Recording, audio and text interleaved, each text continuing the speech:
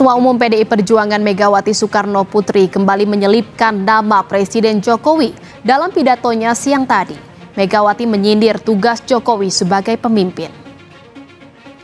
Dalam pidatonya di acara sekolah partai, Megawati mengaku pernah berkata kepada Jokowi agar pemimpin menjalankan apa yang telah diwariskan para pendiri bangsa. Presiden kelima RI ini membantah kritiknya terhadap Jokowi bukan dikarenakan berseberangan dengan Jokowi, tapi karena persoalan bangsa. Apa lagi sih? Saya ngomong sama Pak Jokowi, kalian pemimpin, itu harus menjalankan apa yang dipikirkan dan dituliskan oleh para pendiri bangsa, bukan kita bikin versi-versi. Nah, kalau sekarang saya lihat pemimpin itu bikin versi, aneh. Lembaga yang ada aja jadi jalanin aja susah banget. Terbukti krisis dapat diatasi dan seluruh hutang terutama dengan International Monetary Fund dapat dilunasi. Pertanyaan saya, ayo mikir, utang kita ini gimana cara bayarnya? Ayo mikir loh. Bahwa sebetulnya akan pusing itu kabinet Pak Prabowo. Jadi dia mau beritahu ini ngapain sih Pak Jokowi kasih beban pada Menteri Keuangan baru. Bukannya Sri Mulyani udah bikin semacam perjanjian internal untuk membawa APBN kita tuh tiba di tempat yang tepat pada kabinet yang akan datang. Kalau dibebani dengan ini lagi berarti kebijakan fiskal berubah lagi sebetulnya kan. Sinyal moneter berubah lagi itu. Jadi kekacauan pada kabinet Prabowo justru dimungkinkan terjadi di awal-awal karena proses transisi itu atau pelimpahan kekuasaan itu, pelimpahan kebijakan itu tidak bersih. 2022 Cina ekspor ke sini untuk tekstil dan garment. Kalau HS code 50 sampai 63. Dia tercatatnya 6,5 miliar US dollar. Satu tahun. Kalau kita ngelihat data BPS, import kita dari Cina itu di Trade Map juga ada, tapi datanya sumbernya dari BPS kita ya.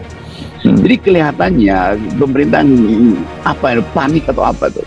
Walaupun kita dengar bahkan dari para pejabat negara, beberapa pejabat negara menganggap bahwa ini konyol nih. Ya. Nah, bagaimana mungkin itu semacam insentif fiskal itu diberikan, padahal Presiden menginginkan ada perluasan wajib pajak, perluasan rasio pajak kan. Jadi itu soal-soal yang secara ekonomi teknis itu kacau itu. Sekarang ini sudah mulai pada rebutan deh.